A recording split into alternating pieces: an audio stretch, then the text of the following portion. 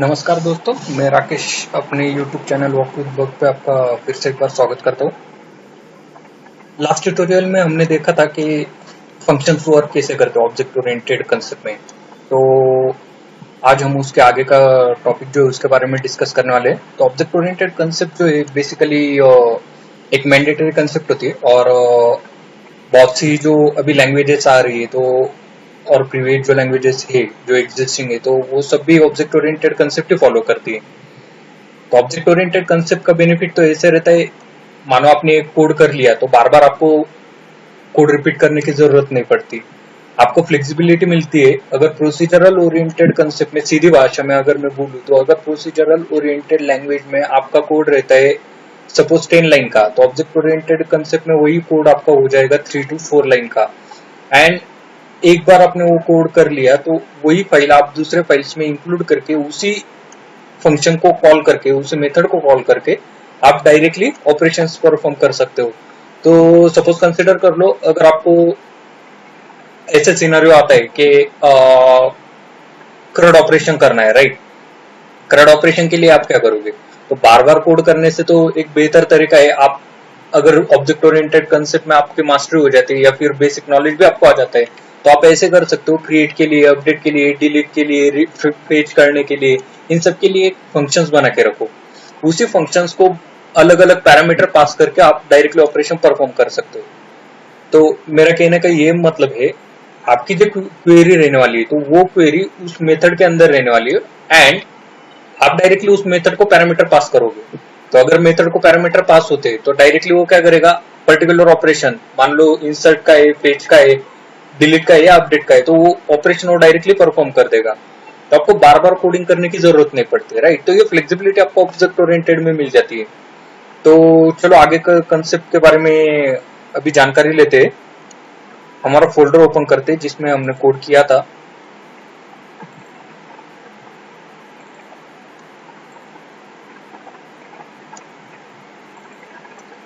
तो last time जो हमने किया था वो फंक्शन के बारे में जानकारी ली थी एंड फंक्शन जो था एक बेसिक फंक्शन था, डायरेक्टली वैल्यू उसको डिक्लेयर की थी हमने। तो आज जो टॉपिक हम देख रहे हैं वो टॉपिक हमारा है फंक्शन विथ आर्गुमेंट्स।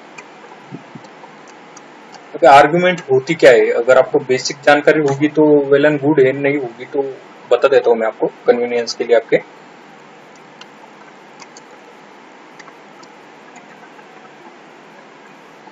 फंक्शन के बारे में सबको पता है, राइट। तो फंक्शन के लास्ट टाइम भी हमने डिस्कस किया था फंक्शन होता क्या है। अगर आपने पिछले वाली ट्यूटोरियल मिस की है या वो वीडियो को देखा नहीं है तो मैं प्रेफर करूंगा आपको एक बार वो देख लो, स्टडी कर लो उसका भी, क्योंकि आगे के भी जो कुछ ऑब्जेक्ट ओरिएंटेड के कंसेप्ट हो तो डिपेंडेंट ही रहते हैं। तो डायरेक्टली अगर आप तीसरे चौथे वीडियो पे जंप करते हो, पहले वाला दूसरा वाला स्किप कर देते हो तो वो कोई मायने नहीं रखता, क्योंकि आप उसमें कुछ समझ नहीं पाओगे, राइट। तो अभी फिलहाल मैं फंक्शन विद आर्गुमेंट के बारे में बात कर रहा हूं। तो फंक्शन विद आर्गुमेंट कैसे रहता है,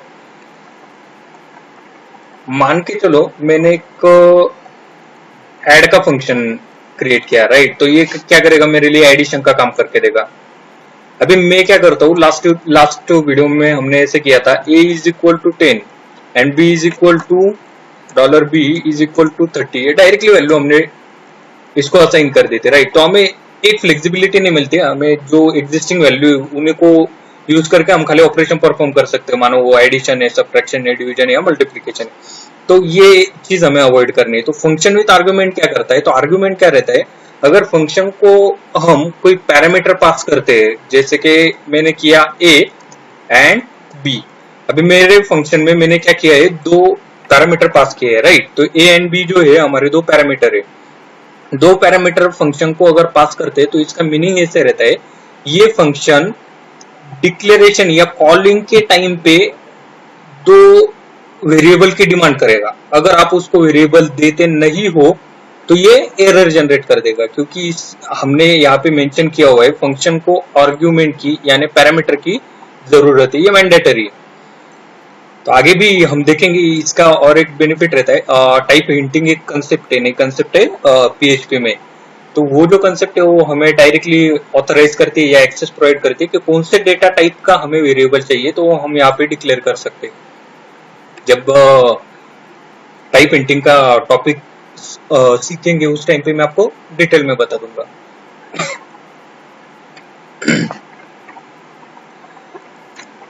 अभी इसको एक ब्राउजर ओपन करते हैं एंड ब्राउजर में लोकल होस्ट ऑब्जेक्ट ओरिएंटेड को रन कर लेते हैं। फिलहाल हमारी जो फाइल थी वो फाइल थी फंक्शन विद आर्गुमेंट वाले, राइट। तो देखते हैं हम अभी इसमें क्या कर सकते हैं। हमें एडिशन परफॉर्म करना है, तो मैं डायरेक्टली दूसरे वेरिएबल को पैरामीटर की वैल्यू भी असाइन कर सकता हूँ, राइट। पैरामीटर की वैल्यू डायरेक्टली असाइन कर सकता हूँ। तो मैं यहाँ पे अगर ऐसे करता हूँ x is equal to $a तो भी चलेगा, $y is equal to $b तो भी चलेगा, and $z is equal to मैं क्या करूंगा अभी इसकी और फिर एडिशन, तो $x प्लस $y।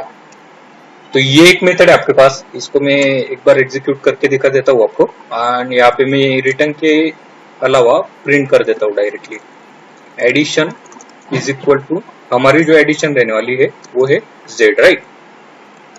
तो फिलहाल चेक करते हैं, इसमें तो कोई एरर नहीं है। अभी फंक्शन को हम करते हैं कॉल। जैसे मैंने बताया, अगर फंक्शन को हम आर्गुमेंट देते नहीं है तो ये क्या करेगा, एक एरर जनरेट करेगा। देखो एरर कैसी रहती है। इसने क्या कहा कि आर्गुमेंट काउंट एरर है, यानी too few arguments to the function add 0 passed and expected कितने हैं, एग्जैक्टली 2 एक्सपेक्टेड है। यानी आपने यहाँ पे एक भी आर्गुमेंट पास नहीं किया है और फंक्शन के डिक्लेरेशन के टाइम पे इसको एक्सपेक्ट है 2 पैरामीटर एटलीस्ट यानी मैक्सिमम भी वही होते हैं और मिनिमम भी वही होते हैं। तो आपको 2 अगर मेंशन किया हुआ है तो 2 पास ही करने पड़ेंगे। इसका भी एक दूसरा तरीका रहता है, डायरेक्टली हमें फंक्शन विद डिफॉल्ट आर्गुमेंट करके एक कंसेप्ट रहती है, तो उसके बारे में भी स्टडी करेंगे, वो भी मैं आपको बताऊंगा। वो भी एक फ्लेक्सिबिलिटी आपको मिल जाती है। तो यहाँ पे मान के चलो अभी हमने यहाँ पे क्या किया था, $a एंड $b, राइट। तो ये हमने वेरिएबल पास किए, एंड जब हम कॉल करते हैं फंक्शन को तो हमें वेरिएबल पास नहीं करने हैं, हमें इंटीजर, फ्लोट, कौन सी भी जो भी कुछ वैल्यू होगी, मतलब आपको इसका ऑपरेशन जो करना है उसके रिगार्डिंग जो वैल्यू आपको मैंडेटरी है वो पास करनी है। तो यहाँ पे मैं करता हूँ 6,5 एंड हमारा रिजल्ट जो है वो कुछ इस तरह से आएगा, राइट। फंक्शन को मैं और एक बार कॉल करता हूँ, तो यहाँ पे मैं लाइन को कर देता हूँ ब्रेक एंड फंक्शन को अभी मैं मेजर ऑपरेशन जो है वो परफॉर्म करते 888,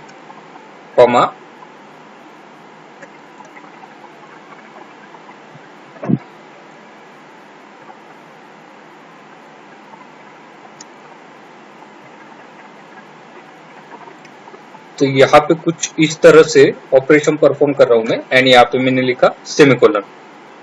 जस्ट मिनट,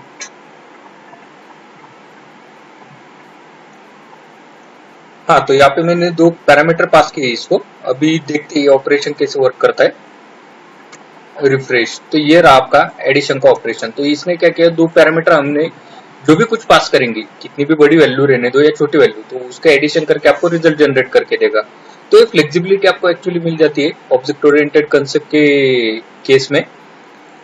अभी आप क्या करोगे, आपके पास रेडीमेड एक एडिशन का फंक्शन है, आपको दूसरे फाइल में किसी प्रोग्राम में आपको ये चाहिए, तो आप क्या करोगे, डायरेक्टली कंसिडर करो, मैंने लास्ट टाइम एक डेमो का फाइल बनाई थी, राइट। तो इसी में मैं क्या करता हूँ, पिछले वाले जो भी कंटेंट है उन सबको निकाल देता हूँ, एंड फंक्शन के अलावा यहाँ पे मैं लिखता हूँ फंक्शन विथ आर्गुमेंट्स, एंड यहाँ पे अभी फिलहाल मैं क्या करूंगा, डायरेक्टली वैल्यू पास करने वाला हूँ। तो मैं वैल्यू कैसे पास करूंगा, अभी एक्सेस है हमारे पास, क्या हम उस डायरेक्टली मेथड को कॉल कर सकते हैं। तो मैंने यहाँ पे की मेथड कॉल, एंड मेथड को मैंने 30,60 ये जो वैल्यू है हमारी वो पास कर दी। तो मैंने इसको क्या किया, एक वेरिएबल है हमारा एडिशन इज इक्वल टू, इसमें स्टोर कर लिया। अभी इसका एक बेनिफिट ऐसे कि दूसरे वेरिएबल में अगर मैं स्टोर करता हूं तो हमारे पास एक ग्लोबल इसको यूज करने का तरीका रहता है। हम चाहे उस जगह पे इसको प्रिंट कर सकते हैं। यहाँ पे मैंने किया डॉलर एडिशन, मैं डायरेक्टली मेथड को नहीं प्रिंट कर रहा हूं, तो मैं उसके वेरिएबल को प्रिंट कर रहा हूं, राइट। तो अभी यहाँ पे देखते हैं, फिलहाल रिफ्रेश एंड डेमो में हमने चेंज किया था, तो डेमो को एग्जीक्यूट करते हैं। तो आप देख सकते हो ये सब आपके पास है। जो डेमो में आपने ऑपरेशन परफॉर्म किए तो उसका रिजल्ट आपको यहाँ पे दिख रहा है 30 एंड 60, एंड प्रीवियस जो है वो उसके खुद के अंदर जो प्रिंट किया था हमने, फंक्शन को कॉल किया था, तो उसके रिजल्ट आपको दिखाई दे रहे थे, राइट। तो इस तरह से आप उसका यूज कर सकते हो फंक्शन विद आर्गुमेंट का। ज्यादा कुछ डिफिकल्ट होता नहीं है, बहुत ही इजी कंसेप्ट रहती है, एंड आपको फ्लेक्सिबिलिटी भी मिल जाती है कि कैसे आप यूज कर सकते हैं इसको, एंड हर एक जगह पे आपको फ्लेक्सिबिलिटी मिल जाती है। मानो एक मैंने फाइल ही बना के रखी है जिसमें मैं सारे फंक्शन कॉल कर रहा हूं, तो यहाँ पे मैं प्रिंट माय नेम का फंक्शन कॉल करता हूं, एंड इस फंक्शन को मैं फिलहाल dollar name is equal to dollar. अभी ये तो सिनेरियो मैंने आपको समझा दिया कि डायरेक्टली जो वैल्यू आती है वो दूसरे वेरिएबल को असाइन करके, तो यहाँ पे कुछ अलग करके दिखाता हूं मैं। और माय नेम इज एक रिटर्न करता हूं माय नेम, सॉरी जो यूजर दे रहा है, तो your name is dollar name रहने वाला है, राइट। तो इसको मैंने किया रिटर्न, तो अभी ये वैल्यू को हमें प्रिंट करना पड़ेगा। इसको डायरेक्टली मेथड कॉल करने से रिजल्ट आपको दिखाई नहीं देगा, तो यहाँ पे मैं डायरेक्टली नेम लेता हूँ, एंड इसका मतलब तो यही रहता है कि हमें फंक्शन को कॉल करना पड़ेगा, उसको मेथड पास करनी पड़ेगी। तो यहाँ पे मैं क्या करता हूँ, इको, एंड एक बार ब्रेक करने के बाद फिर से डायरेक्टली मेथड को कॉल करता हूँ। तो यहाँ पे मैं लिखता हूँ प्रिंट, सॉरी मेथड का नाम देख लेता हूँ एक बार, प्रिंट माय नेम। तो इसे डायरेक्टली कॉपी कर लेता हूँ एंड इसको यहाँ पे प्रिंट करता हूँ। तो यहाँ पे मैं अपना नाम डाल देता हूँ, तो आप देख सकते हो ये आपको रिजल्ट प्रोड्यूस कर देगा। तो इस तरह से कुछ आप टेक्निक्स लगा के आपके खुद के आइडियाज लगा के आप ऑपरेशन जो है परफॉर्म कर सकते हो। आपके लिए भी आज कुछ टास्क देने वाला हूं मैं। ये ऑपरेशन मतलब ये फंक्शन विद आर्गुमेंट जो है इसका यूज करो, अपनी कुछ क्रिएटिविटी लगाओ और कुछ टास्क परफॉर्म करके देखो।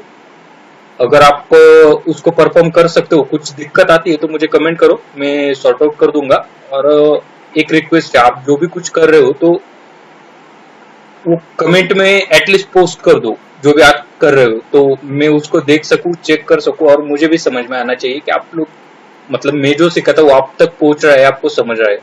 तो ये हमें एक प्रोत्साहन भी देता है एक्चुअली।